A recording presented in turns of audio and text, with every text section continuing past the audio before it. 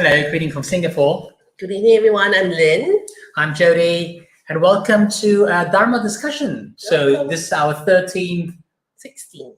oh dear, 16, yeah, 16th episode. Okay, so for you to join us again. Yes, and again, just a quick reminder: this is a safe platform, a space where you can share what you went through, your experience, maybe your view as well. In a safe space. We're not here to judge, we're here to learn. Yes, and today's topic is very interesting. Yes, it's about letting go. Okay. I felt like it was a nice topic to talk about because sometimes we find it hard to let go of stuff, or let go of people, relationships, sometimes for me, even business matters, or even certain habits. It's just about letting go. And I personally feel like all of us have had experience and have difficulties with letting go. I think so. I definitely have problems in letting go. I even have problems in differentiating what is letting go and what is giving up. So we're going to talk about that later on, right? As well? Yes, we're going to talk about that. And also plus moving on. Oh, okay. Okay, so we can share about that. Yes, so we have a few things to talk about, like, the art of letting go. I call it that way. Okay. Yes. So first things first is, what does letting go mean to you? So type in to share with us, what does letting go mean to you? Yeah, what does letting go mean to you? Or maybe Jody, you want to share, what does letting go mean to you? I was a bit confused about what does letting go mean to me, because I thought at the beginning it was kind of like giving up, and I don't like to quit. I'm not a quitter. And so as a result, I hold on to something, even though when it no longer was serving me, yeah, it probably to the extent is meaningful to me anymore. Oh, okay. Yeah. Okay. So I guess the first question is, so what do we need to let go of? What do we need to let go of is the question. I think to me, now I come to think of it, is something that no longer serves the purpose, if I want to look it into a general term. I think for me, if you ask me on the top of my head, I've got a long list of things I need to let go of. Like? I need to let go of certain things in the past. I need to let go of even the future, as in worrying about the future, worrying too much about what's going to happen in the future. So I need to let go of that. I need to let go of self-criticism, because I think I'm too hard on myself. Just yourself? Yes, but myself first, then others, right? Because I'm hard on myself, I'm also hard on others, So it starts with me. So I think I need to let go of that.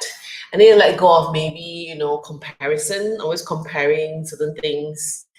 I have a thing with that, comparing stuff and not feeling things are fair. I think I want to let go of grudges. I don't have many or anything much. Let's think overall, if I do have, I should let go of them, grudges. I should let go of buying things I don't need. I'm getting better, not the best. I need to let go of control over a lot of things. I'm maybe too much of a control freak. So I need to let go of that. And I think most importantly is to let go of my own self-doubt. Yeah, I think sometimes my own self-doubt hinders me. I think that applies to quite a lot as well, right? I also constantly have self-doubt, and it is something that stops me from moving forward. So is it I hold on to self-doubt, as a result I can't let go, or is it because I have issue with my self-worth? That's a good question. Sometimes I don't feel that I'm the highest of self-worth 24/7, Yeah, sometimes my self-worth gets challenged depending on the situation. Okay. But it's dampened a little bit for a while. So I guess is, what do we need to let go of is first we need to identify, is there even anything we need to let go of? Okay. You know? To me, I think it's a very general thing. Is it still serving the purpose? If it is no longer serving that purpose, then can I just simply let it go?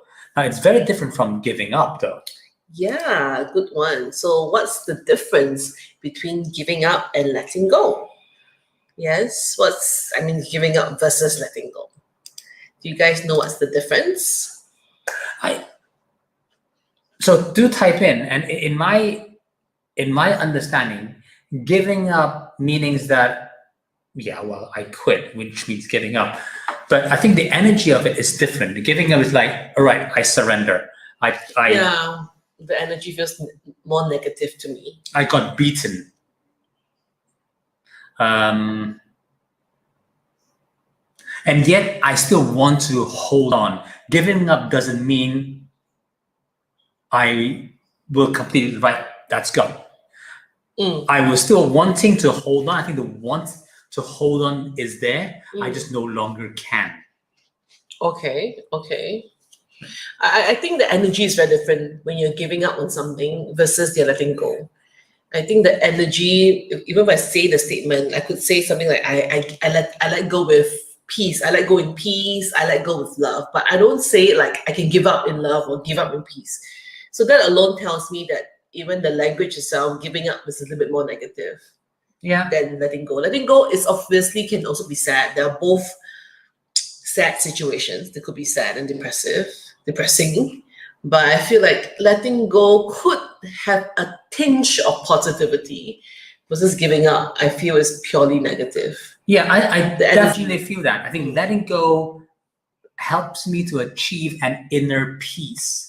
I think the key word is acceptance to me in letting go, but giving up itself, I was still wanting to hold on to it, although I'm no longer able to fight for it, right? Yeah, I feel like the feeling of giving up is I'm at wit's ends. I've tried and I just give up. So the energy feels like that. While letting go, I feel it's more of a release. So you let go of something, like letting go of the balloon is, in the picture here. It's like just you're letting go of the balloon, letting go of something versus like 投降啊，我不要做了, the kind of feeling that I'm quitting. Okay. Yeah, and I feel like the situation, when you're letting go, you kind of recognize it, you accept the situation. I accept it and I choose not to be around it or be part of it. Yeah, but I believe it goes through a certain process before you can get to that. Sure. It's not just simply a choice of words, but it's a journey to get to there. I remember like my first marriage, for example, when was the time that I was debating between, am I giving this up or am I really letting this go? So for 7 years, I've been struggling. And I went through one counselor, followed by another counselor, followed by another counselor. And I think one thing that really strikes me was when the counselor asked me how I felt about it. And there were a lot of negative emotions. There was a sense of sadness, betrayal, failures, guilt, anger, regarding to the relationship itself, not toward just the person, but the relationship itself. And the counselor said, that's good news. So I looked at it and said, what? How can you say that, right? And said, there is still energy there. Although it's negative, there is still energy there. And you can always convert and change that energy by changing perspectives. I said, okay, good. So that's the approach that I went in. Of course, it didn't work out in the end for you, but I guess it's a good tip for those who are thinking of going through counseling or is going through counseling and you still feel a lot of energy or even the energy is negative and you're unhappy, but the fact there's a lot of energy and emotion that it counts for something. Yes, that means it means something to me, right? It's worth fighting for. Right? And that's why I continue. However, if there's no progress at the end of the day, I think the negativity did eat me up. Yes, I think that's what I wanted to say, that, if you're not careful, when you're like going through this whole process, the whole point of giving up, I give up on this, I give up on that. The whole feeling is very negative, and if it sits with you for too long, it does consume you. Yeah, that's right. Yeah. I feel like giving up is this pent up energy, like you're breathing in, you're holding your breath. Well, letting go is when you exhale. And you just, Yeah. So let's let it go. And I think towards the end, I come to realize that I no longer have any more energy. I have no more feelings for her, and that probably, I think that's the time. Yeah. For me, it's different. I think when I was going through my divorce in my first marriage, it was very rapid, very efficient. There was a lot of energy behind getting divorced.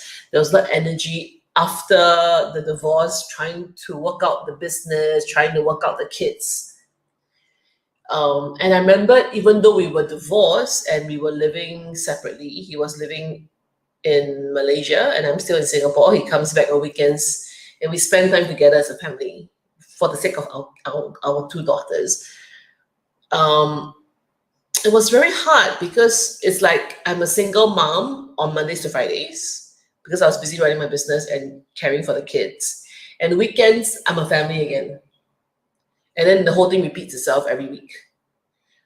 And I kept holding on to the hope that maybe he would see me. I kept holding on to the hope that things would change. I kept holding on to, I cared about how he felt. I cared about what he thought about me.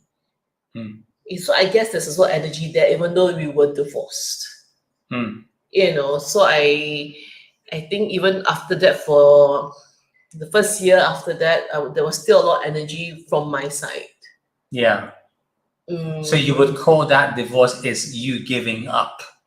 Maybe. I was maybe thinking that maybe he would see what he has lost and would cherish it, and maybe things would be better.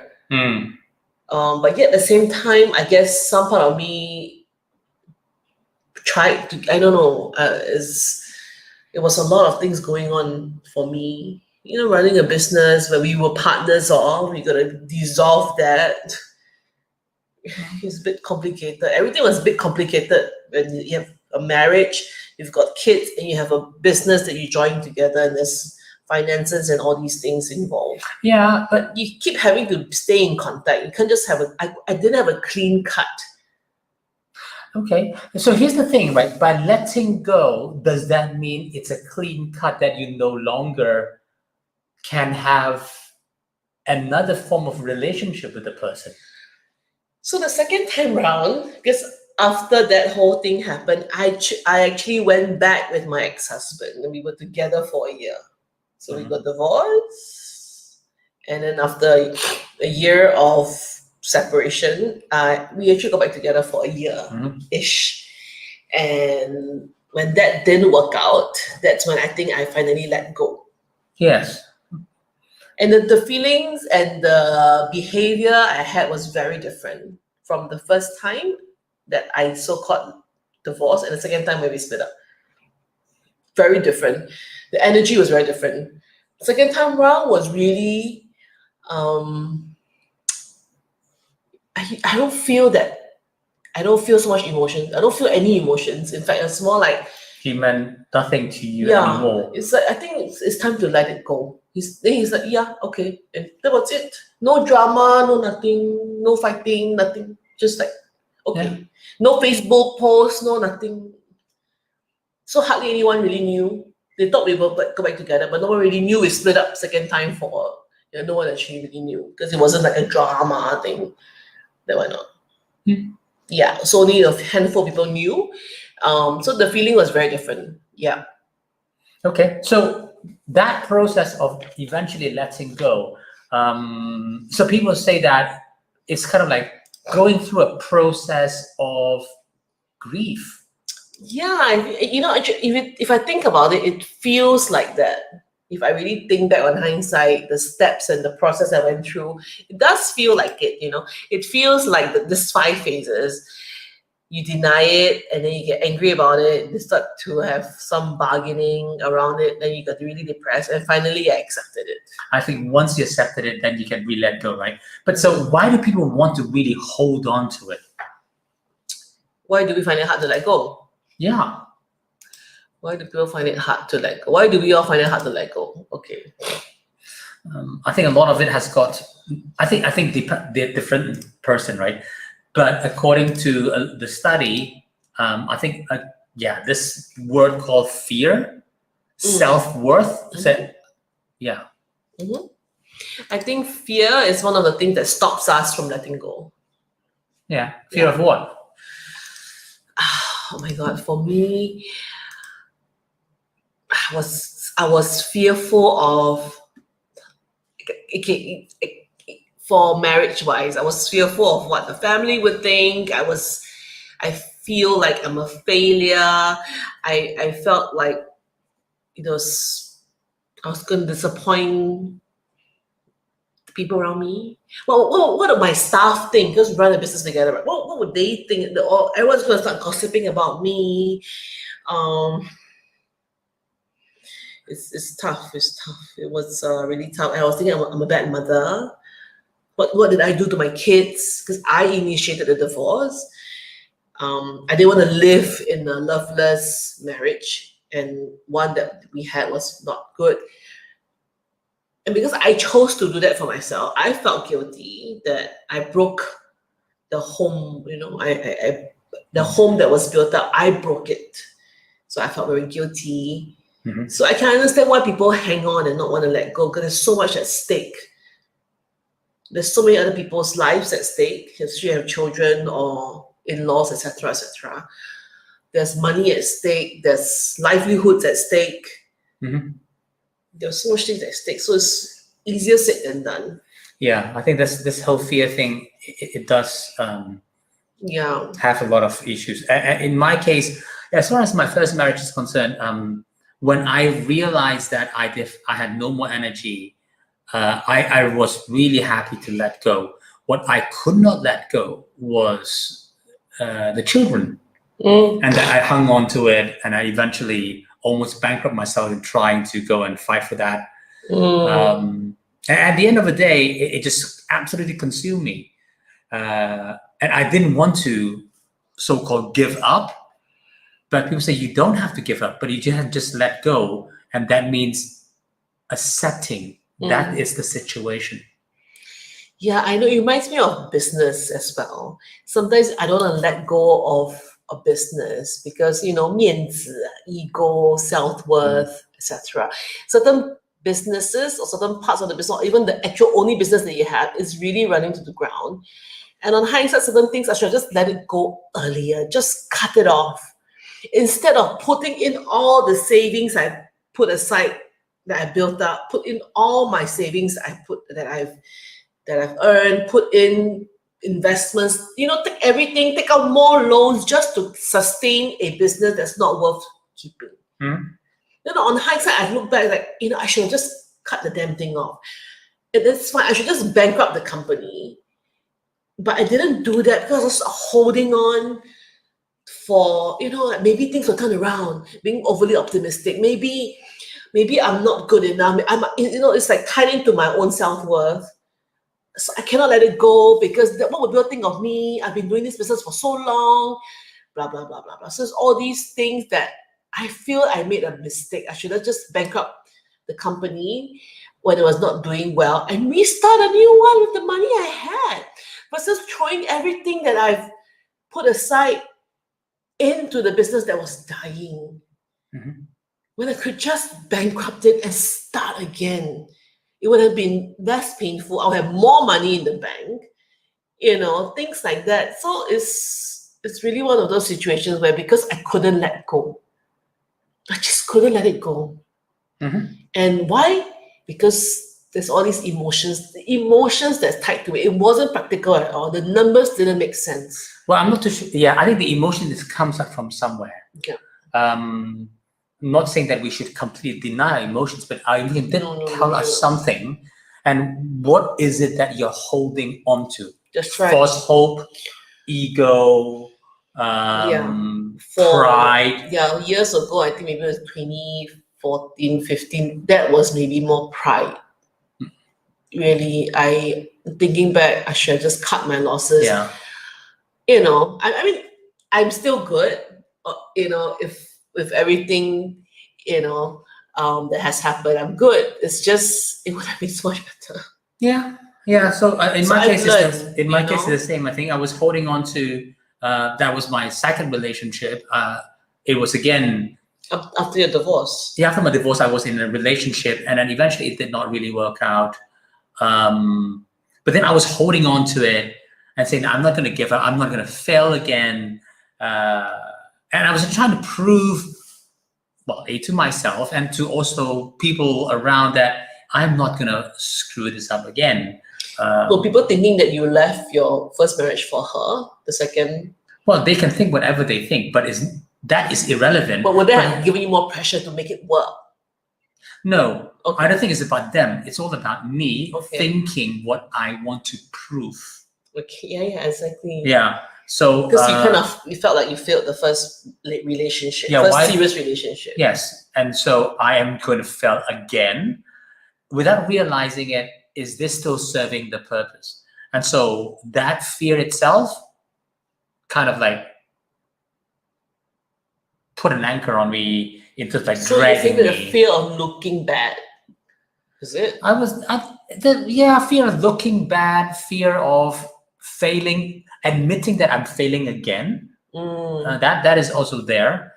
So there's a lot of pride factor, the whole ego thing in there as well, right? For me, for the business side, was the ego. Yeah, so pride, ego, same thing. Same thing about for business that I've been running for the last 32 years. It has served its purpose. I no longer have any more passions to it. And I was holding on to it. Well, yes, partially because I thought I could transform it. I did see there was an opportunity to transform. You had the vision for it. You just didn't have the right people to execute it for you. Yeah, well, that was the excuse that I made for myself. But at the end of the day, it just didn't work out. It was consuming me more than giving me energy. And it turned me to be not the better version of me, but the worst version of me. And same thing with the relationship as well, right? The one after your marriage. Yeah, I think that is the part that the relationship became toxic. Oh yeah, it sounded really toxic. Yeah, so and it no longer serves the purpose. It turned me into. You hung on, like I felt like you were hanging on. Yes, I was, and I think a lot of it has got to do with self-worth, fear. Right. Yeah, and. Yeah, until one day I woke up and said, nah, this is not going to help. So, okay. So, of course, you have to go through the whole process, right? The whole process of anger. Yes. First, you deny it. Yeah, right? I think that whole part I was trying to hold on to is the denial part. Is no longer serving that purpose, and I denied it. And then I came into the anger. I think I was more angry at myself. Yeah, me too. Yeah. I read this same steps I had to go through with my business. Yeah, and then of course irrational bargaining, try to see how we can try to make it work. Yeah. And then I was depressed for a while. Me too. Yeah. I was really depressed. I was questioning my self-worth as an entrepreneur. Okay. I'm like, after everything, was it just luck? Is it me, or was I just lucky for the first 15 years? Or was I not brilliant enough? Was I not capable enough? You question myself because I took on the responsibility of not doing well. Yeah.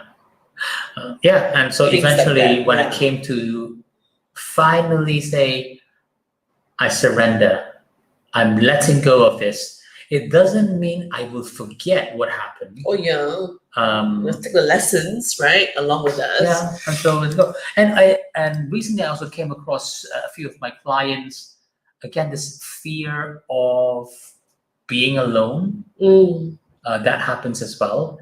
Uh, and they would rather be in a zone that they feel I'm used to this, I'm comfortable about it. It doesn't mean I'm happy. Yeah.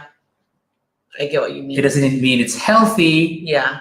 But it's something I'm used to. Yeah. I just wanted to share this that I did. Is this, the comfort zone? Yeah. Yeah. You're so comfortable. But the comfort zone is really not a comfortable place. You just think it's comfortable, but actually you feel a lot of negative energy like sadness, insecurity, a lot of self-doubt, a sense of worthlessness, no purpose, no direction, no goal. You actually feel lonely, but you think you're with someone, but you're actually feeling very lonely, stuck, and depressed. And it's interesting. Human being will tend to stay in a zone where they are used to, even though it's not a good zone. Yeah. And just tell yourself it's fine, it's the way it is. And not willing to step out of that zone and get into the unknown. Correct. They would rather want assurances. And even the assurance that it's giving you is you're clearly not happy. You're clearly not growing, but yet you would rather be there. Yeah, that reminds me of my first marriage. I just stayed there actually much longer than I should, but I felt like I have to. I've got 2 young kids. I'm only 30 years old, but I was in a loveless, sexless marriage. I was only 30. Then I said, Lynn, how can you tell people I leave my husband because we don't have sex? It's such an embarrassing thing to say. So that helped me back a few more years. Like, oh, you cannot say that. You cannot leave a marriage just because there's no intimacy. I just think it's a crazy idea. Only to realize later that it's very common, and that's a sign of a bad marriage. There's no more intimacy. And I see many friends who have been through divorce. I ask them, so have you stopped having sex? Yeah, we did for several years. So it shows that this was a clear sign that something was wrong, and there's nothing wrong with wanting to leave a marriage, because this was one of the biggest signs. It is a measurement of the marriage. Mm-hmm. True. Yeah, and when I was facing that, I was crying a lot. I felt ugly. I felt unattractive. I really felt so bad, but I just hung on to it because I just felt, how can you just leave? Yeah. So you would rather be in that zone. I didn't think I had a choice until other shit happened along the way, and then with our marriage that compelled me to go. Yeah. So it somehow takes a certain element to push, to nudge you out. I said, okay, bugger this. I'm just gonna let go and then move on. But here's the thing. What's the difference between moving on and letting go? Moving on, I could be in a marriage with you, but I moved on. Still date someone else. No, I could move on to another guy, even though we're still together. So moving on doesn't mean you have let go, though. Correct. I'm still like in this with you. I mean, this drama with this person, I just kind of moved on. Yeah. Pursue something else. Yeah. But I'm not let it go. Yeah. I'm still hanging on. So be very careful with that. Truly letting go is, I think, it's final stage of you really come to the acceptance. And coming back to this visual, I like this visual very much because it's asking you to step out of your so-called comfort zone and going into what you call an opportunity zone. Yeah. You know, when I was going through my shit, be it with business or be it with my marriage, I really felt like it was the low part of my life. I'm never going to get over this. I'm never going to get out of this. I felt incredibly sad and depressed and very low self-worth. And at that moment, I didn't think it was an opportunity for me. you know? But yet, everything that I went through, all the setbacks, all the heartaches, the pain, it's all led me to somewhere so much better. And I've become so much stronger and so much wiser than ever. Mhm.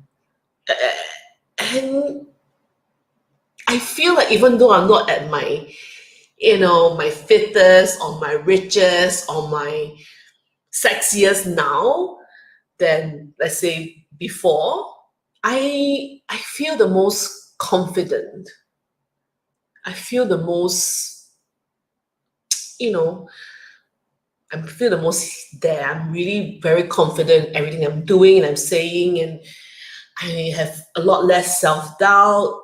I know what I'm doing. I move with a lot more sureness, and it's not a surface or superficial thing. It really, I'm solid, and I think it's through all these really tough experiences that I had to go through and had to overcome that has helped me become who I am. Yeah. Mm. Painful. Very painful. I don't know how I got out of it, but I But did. I think trusting that process, having that faith, right? And really step out of that comfort zone and embrace that uncertainty. Correct. Yeah, I think I've done a lot of all these stepping out of uncomfort zone, doing things that it's not the norm or I should not be doing, but I did it anyways. Yeah. It's amazing how human nature would rather hang on to habits, even though it no longer serves the purpose, even though it's hazardous, they will still hold on to that habit and keep on doing it and refuse to change. I always feel like life is like running the hurdles. You know the hurdles? Are you guys familiar with the hurdles? Yeah. Just the hurdles, you must jump over things. So you guys like It's not jump, you're supposed to actually leap. Leap over. So it's a hurdle, right? Just a life has hurdles. I just feel like in life I'm running a hurdle race. And then along the way, there are all these hurdles I must cross, I must overcome, I must jump over or leap over. Sometimes I'm tired as shit and sometimes I fall, but I still need to get over it. If I don't jump over it, I just kind of stuck behind this hurdle and I can't move on. And I can't progress. I can't finish my race. I can't continue my race. And I'm very excited to know what's going to happen next, what I'm going to see next. So I need to jump. I need to jump over my hurdle. So I feel like life is like this. Life is like running hurdles. You need to jump over it to move on. So if any of you are going through that, so just simply ask yourself, is this still serving the purpose? Yeah, I think the question you say is perfect. Like when is it time? When is it time to let go? Yeah, is it still serving the purpose? So when do you know it's time for you to let go? I think that was the time when I find that it's no longer serving the purpose. Now, for me, a relationship, being in the relationship, I was already very clear that it's never someone there to fill a hole. I need to be whole myself. And so the partnership makes both of us to be a better version of us so that we can continue to grow, to transform ourselves. If not, why do I need to be with you? I can be on my own. It can be with anyone else. Yeah. So if that no longer serves the purpose, maybe for financial reasons, maybe it's transactional, and there's nothing wrong with that. No, nothing. So if it's transactional, once that transaction is done, it's done. That's true. Yeah. So letting go if it's no longer serving that purpose, and just simply reach that inner peace, and not holding on to something because of. But sometimes it's so hard, like the families are involved, the in-laws are involved, there could be lots of financial repercussions involved. Yeah. I know of some, they getting out is more painful than staying on. Maybe or maybe not. But they don't dare to try lah. Yeah, Just- so you that's- never that's know, just- right? That's true. They never know. They never know. Yeah, you It's never true. know because you're constantly stuck in that position. You never moved on, and you just basically hang in and then gradually just sink in.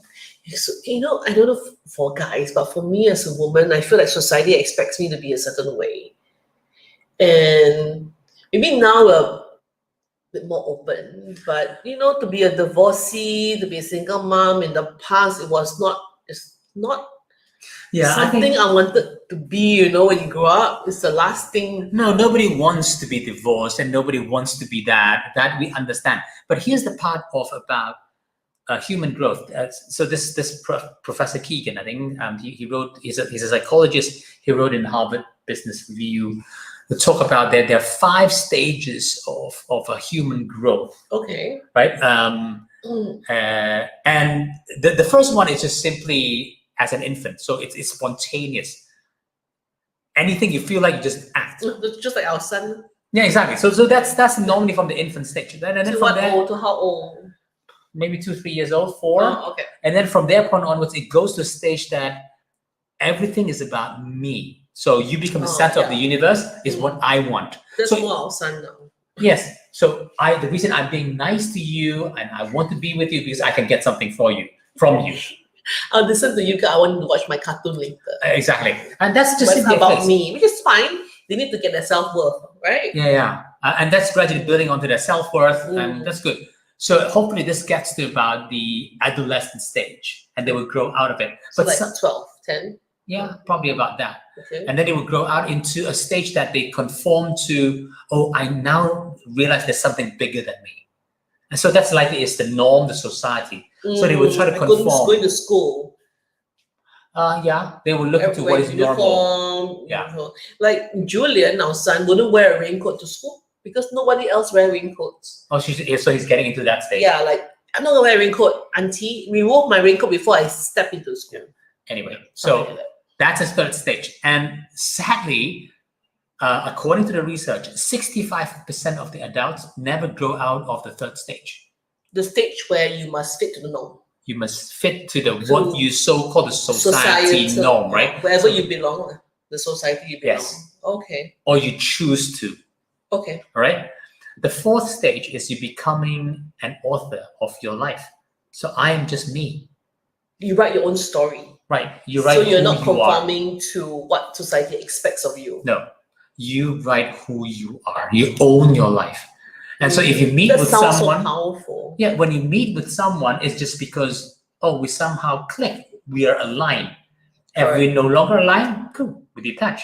I don't have to I feel shape obliged myself. to keep seeing you even though I don't No. have any Yeah. connection with you. And I don't really care what the society think of me. So that's the fourth stage. We right? know a lot of people like this. There are people like Yes, this. they're the fourth stage, Mm. and you don't see a lot. But the fifth stage is the ability to connect with the bigger universe, right?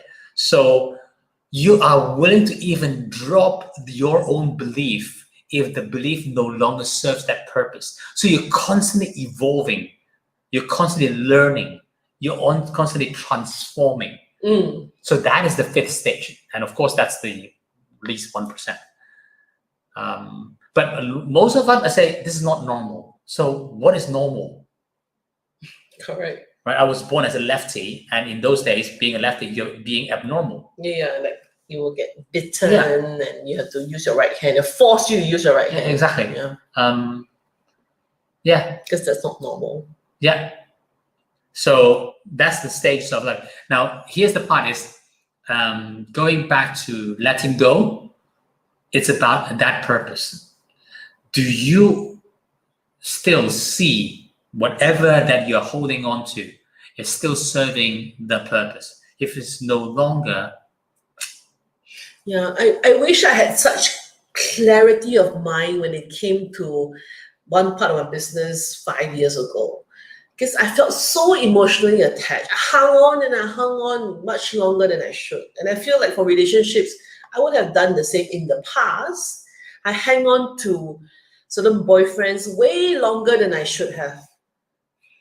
yeah, Because I've attached so much things to it. yeah. It's so hard to just like, okay, just let it go, it doesn't serve a purpose. But I'm not clear. I'm so emotionally attached. Then how?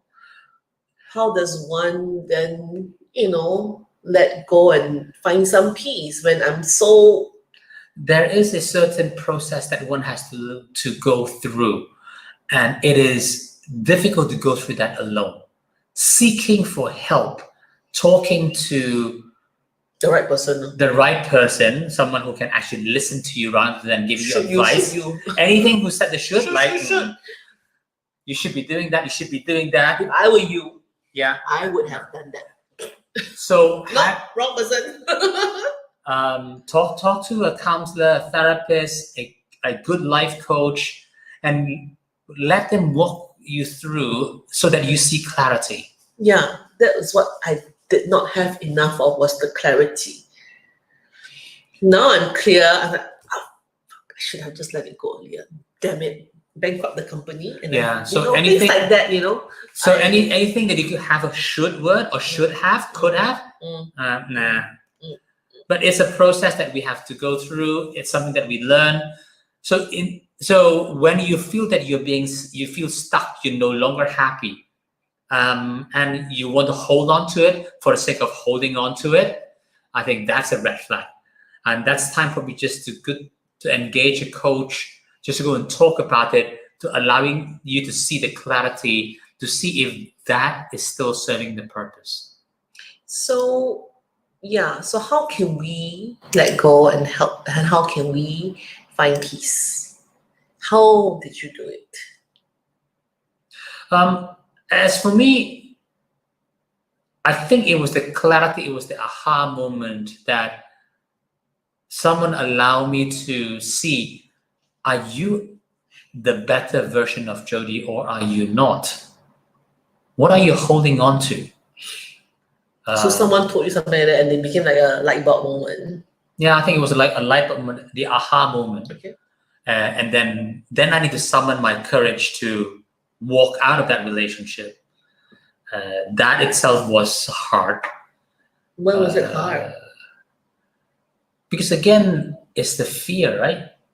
Understanding the aha moment, this no longer serves the purpose, but still I'm comfortable to be there.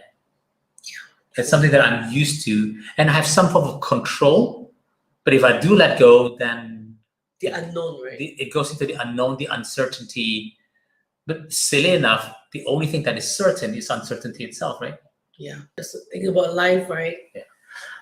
And so yes, eventually, boom, let go, and then I reached the inner peace, and I'm good. How did you reach your inner peace? Just simply by accepting what is going on, and also accepting the unknown, having that open heart, the opportunity, what comes ahead, and just simply so I came accept. Along. Yeah, so then you came along. Oh, I think you were a part of that too, to help me to come to realize. That makes that journey easier for me as well. Maybe I'm your rebound. It can be. Some rebounds work for life, Yeah, probably this one is. I think for me, after the second time round, I went through I did everything I could find. I went through this whole spiritual retreats, meditation retreats, was vegetarian for 1.5 years. I had so much things to let go of at the time. It wasn't just the marriage, it was a lot of other shit that I was going through, and I had to this whole journey helped me to pull certain parts together, let go of, the bad people around me. Bad people or people who no longer serve the purpose? Okay, people who no longer serve the purpose because they were bad people. Okay. They were bad to me, bad people. Okay. But that helped me become a better version of Lynn. I did things like, staying fit, exercising a lot, spending a lot of fun time with people I love, brings me lots of joy. Some of my foreign mates, those in the Philippines, were very fun. I spent my first birthday when I was single with them in the Philippines. Things like that really helps. When you surround yourself with people who love you And it's just a lot of laughter and joy. Of course, along the way, a lot of tears because you got to, get things out of your system. So crying a lot as well, appropriately in the right moment, meditating a lot. All these things helped me. And why have you stopped doing that? But I just found other ways. To what? Stay fit? No, I didn't have to go through so much things to get out of. I'm very happy. Okay. That time I was not happy. I was going through a lot of betrayals and sadness and trauma. I was very traumatized by a lot of things that were happening to me. So that was very necessary. And that went on for a couple of years. Yeah, so eventually, it was that whole ritual thing of... Yeah, but whatever I did a lot. It all helped. Everything helped. So you found peace? I found a lot, yeah, of course. A lot of peace and happiness. And see, they come into my life. I think I'm in the right place, attract the right person into your life. I feel if I didn't go through that journey, I would probably may be stuck or attract the wrong person into my life. And the history repeats itself, which I do not want. Yeah, this is true though. If you look into the life, unless you have learned the lessons and move forward and transform, if not, the history will repeat itself. And I saw that pattern of mine. And so, good, I've learned my lesson, good. I can now let go of the things that no longer serve a purpose and then continue to live and continue to walk my journey. Yeah. So for someone who's stuck there and they can't find a way out, like they don't see any light, and they find it really hard to let go. It's so painful and so scary to let go. Here's the irony, right? The reason why you can't find light because you're stuck in the room with the walls that you built. Until you punch the hole, then you can let the light in. Until you really walk out from that room, so you can see lights. But it's just you're so afraid because punching through that wall, it could be painful. I like that analogy. Yes, it's true.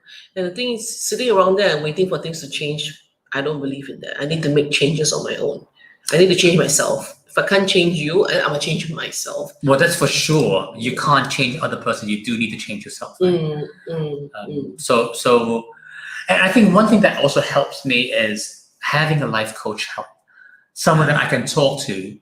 You've helped a few of them. Yeah, I do. But then again, I can't coach myself in a way. Yeah, so I think everyone needs to, one way or another, have a coach, a life coach.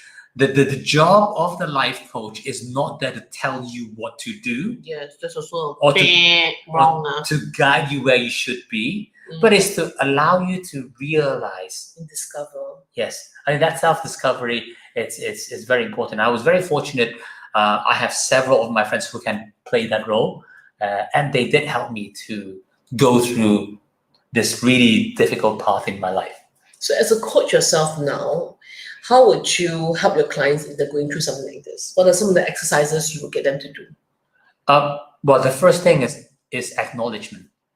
Okay, they have to admit. They have to admit. Well, acknowledge, recognize doesn't mean you accept. Okay, fine, sure. That's asking for too much. Just acknowledging and recognizing that this is happening. Yeah. This is the reality. So you're no longer in denial, but really recognizing what really is going on, whether you like it or not. Sure. So stop denying it, just simply looking at it. This is what it is. Okay. And will there be some process to get me to realize what's my reality? Because maybe I don't even see it. Well, that's the part that going through that whole coaching process will get me there at least. Yes. Then after I get to see the reality, I then acknowledge it. You will have to acknowledge it because you said it. Because I know nothing about you, right? True. Okay. I am not there to point out, but I'm there just simply reflecting as a mirror so that now you can see. Okay. You no longer can deny whether you like it or not. Sure. So that's the first part. I think it's important to tell ourselves that nothing lasts forever, right? Good or bad. So even this is how shit it is, it too shall pass. So, okay, acknowledging it. Yeah, acknowledging that is important. And the second part, that anger stage that comes in, and it's Does it always come in, the anger stage? Oh yeah, it will. Just how short or how long, right? Yes, but the question is, what are you angry at?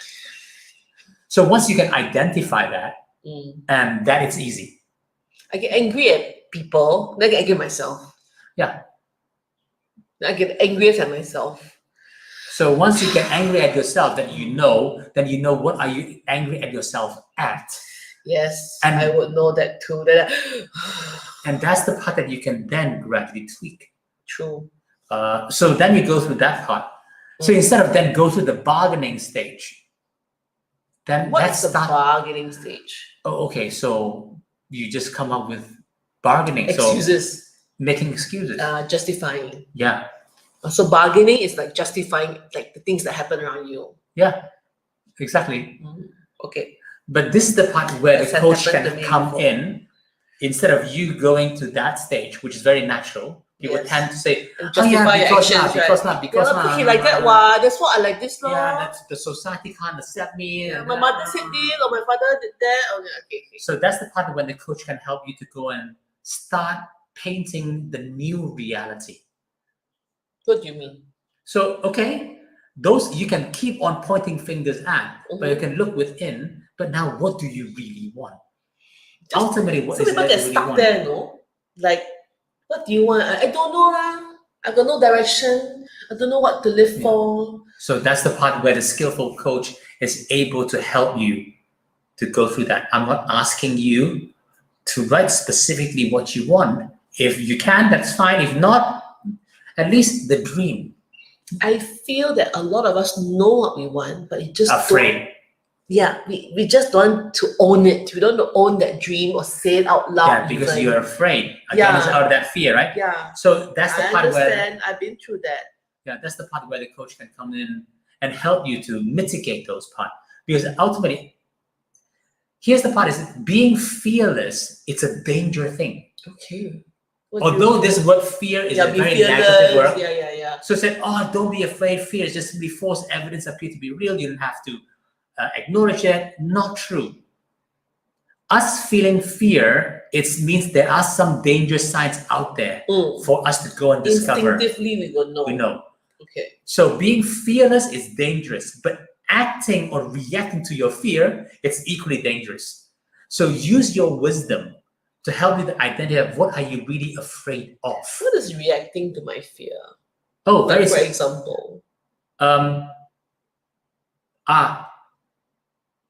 Okay, well, something came to my mind. Cycling. I'm afraid to fall, so I never cycle. He has to always find this kind of cycling thing to say me one. Or say, for example, very simple. Cycle. False sense of security. You're going downhill, down slope. So people say, "Oh my God, going downhill." This is a personal attack. So the only way for you not to fall is just keep rolling. But you're so afraid, you stop. The minute you stop, you tumble. Hold my hand. Just hold my hand. He doesn't want to hold my hand. He rather I fall. Yeah. So again, holding on to someone when you are going down, again, is a false sense of security. It's dangerous. The other person holding you, maybe, if the person can secure themselves, right? So these are things that allow you to understand what really is the danger. I thought I have a good example of reacting to fear, but not this kind. My reacting to fear is maybe, for example, like your child didn't do well in the exam. And out of fear that her future or his future is going to be like in ruins, you start to whack them with a, I don't know, cane. Yeah, that could be one of the reactions. Yeah, it's like a reaction, right, to a fear. This is my example I thought of. Yeah. But you can use all the personal things against me. Yeah, but that is true too, right? But that is true. It's interesting. And so identifying them and then use your wisdom to see what is real and what is not. And then find ways to mitigate around it. And once you build the confidence, that's fine. What is that? 1 hour is all it takes to learn cycling. I'm already 41, I still can't cycle. I recommend I coach to you. No, it's okay, Silvio. Thank you very much, but it's okay. Yeah. Well, there are actually coaches. I know. My daughters were sent for coaching and they all learned in a few sessions, couple Two sessions. Yeah, Less than 2 hours. Yeah, they did it. Yeah. So And I know what you mean, but it's my fear. It's my fear that holds me back. I can't let it go. I still can't cycle. anyway, so moving on. Mm. So again, having that life coach to help you to mitigate that, so that you understand, you acknowledge what are the danger, and you can use your own strength to overcome it. And then you can really see lights. You can see you're closer towards the lights, the dream, the wish that you hope for.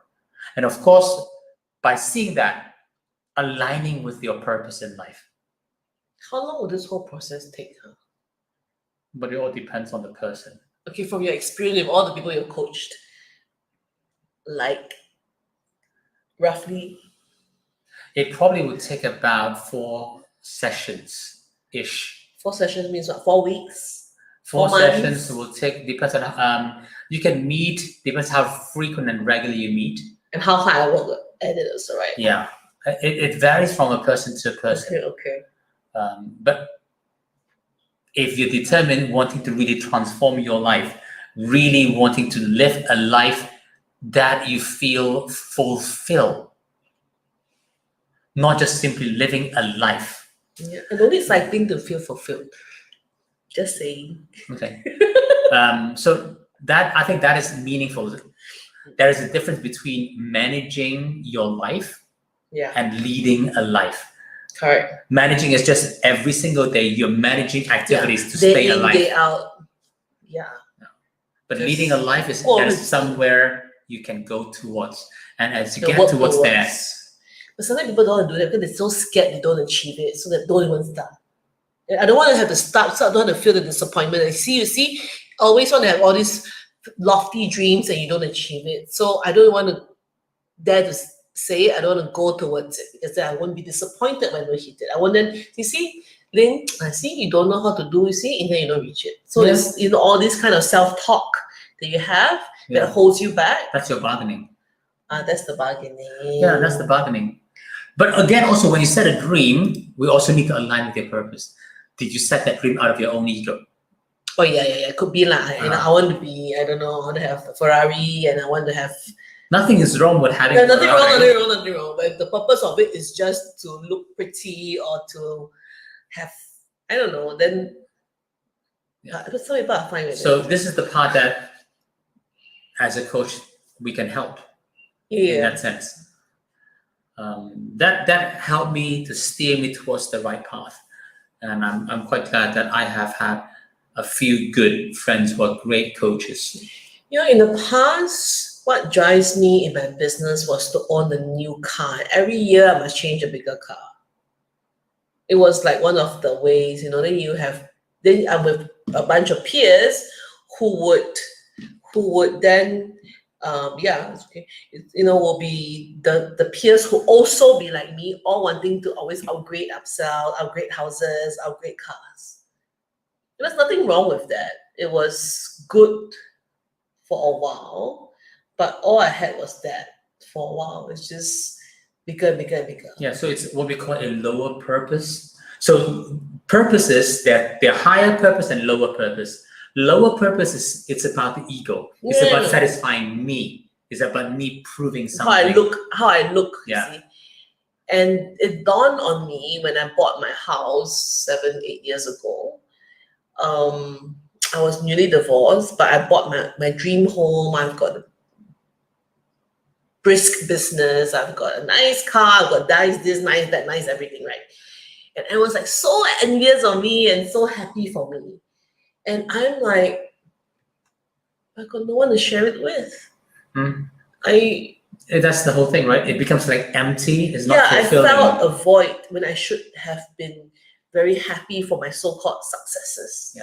So that's the thing. That's the thing is like, if the dream that you put is for a lower purpose, it's all superficial. That is not superficial. Fulfilling. Yeah. Nothing wrong for superficial. I'm totally for it, but I think it's only it. Yeah. I felt that void 8 years ago. Yeah. So a higher purpose is something bigger than you. Correct. Then you feel fulfilling. Correct. And so that's the part that we can coach you through Mm. to help you to discover that, so it becomes meaningful, and also utilize your potential to get yourself to there.